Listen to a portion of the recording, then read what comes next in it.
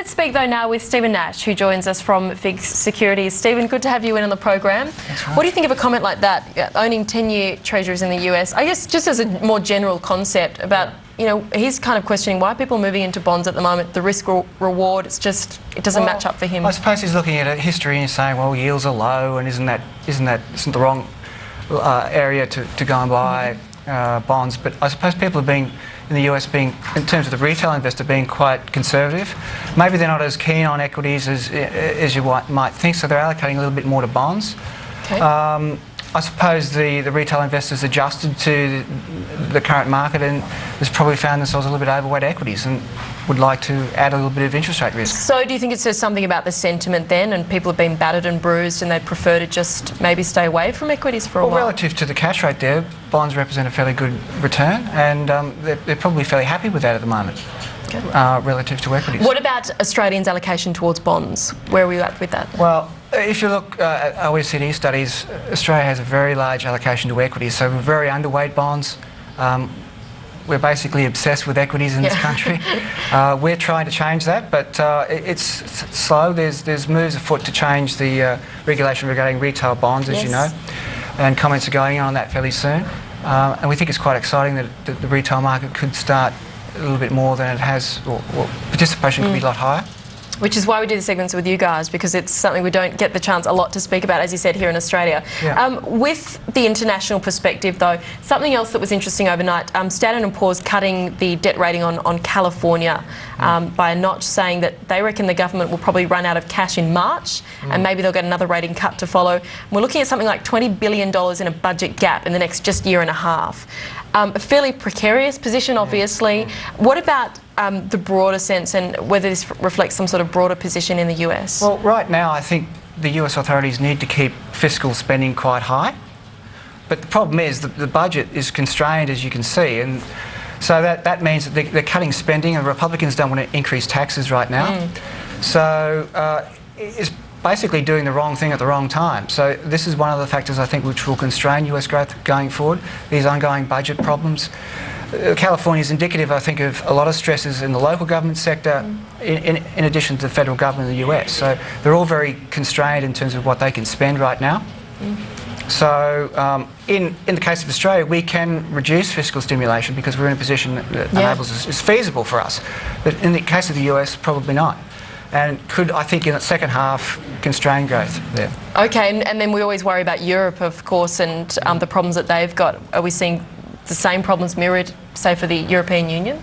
Well, you've seen recently Iceland has delayed its payment to the UK with regard to a payment that there's going to be a referendum about whether they pay back the money to the UK. There's also the problems with Greece. There's rumours of problems with Eastern European countries like Latvia. I think there's a lot of problems within the European Union right now. Unemployment there at 10%, EU 16 reported on Friday at 10%. Much the same situation as what's going on in the US, very high unemployment, very difficult situation going forward. Growth is improving, but it's not a spectacular story. Yeah, of course. And so then bring it right back to what we were just talking about then, the Australian bond market. What actually are the implications of that global picture?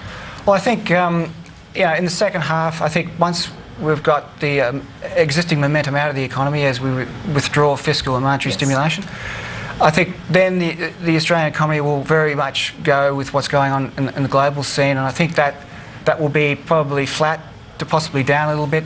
I'm not calling a recession in the second half. Other people like Krugman have called a possibility of a second dip or a recession in the second half based on withdrawal of stimulation. I'm not going there right now, but I think it's not going to be spectacular growth going forward. Yeah, the US Chamber of Commerce and Industry, actually, the head of that overnight saying that they're calling a double dip recession as well. The thing that we've got here, though, in terms of the local picture, the banks have got rising borrowing costs still. Why is that happening at the moment then? Okay, with the banks, they've got a few things going on. One is the hedging of overseas issues back to the Australian dollar. At the moment, it's quite expensive historically for them to do that. It's adding quite a few basis points to their borrowing costs. In addition, their credit spreads are much wider than they have been. The Reserve Bank estimates that relative to the cash rate, comparing long-term borrowing to 2007, the average borrowing cost is up about 173 basis points. So substantially higher than it has been. Now, what's happening also is that at the margin, borrowing costs are higher, but a lot of the short-term borrowing is rolling off, so that the banks have to roll into this higher borrowing environment or borrowing cost environment, which means any further tightenings by the RBA will probably see increases that are larger by the major banks, as we've already seen. Okay, and so then you get the direct flow on to borrowers, consumers, Australian consumers from that global picture again then? Yes, again, I mean, Rick Badalino came out in December highlighting the problems with bank funding and why this is going on. I think he's trying to explain to the population generally that these are the problems that are out there, and further tightenings will probably be associated with either larger increases by the... And Stephen, can I just finally then get your thoughts, given that we've got the economic numbers coming out today in the form of the jobs data, when do you see the RBA looking to raise rates? Is this a deciding factor today? I think it's one of the important factors. I think the RBA has probably got more tightening to do in this particular phase. It's still in the expansionary area of a normal sort of band, so they've got probably one or two more tightenings to do. Whether it's February, I'd probably argue that probably back off on February, but maybe do a few more tightenings after that. I definitely expect a few more tightenings before the end of the second half of this year. Stephen, great to have you in. Thank you, and we covered a lot of ground, so we appreciate that very much. That's Stephen Nash there from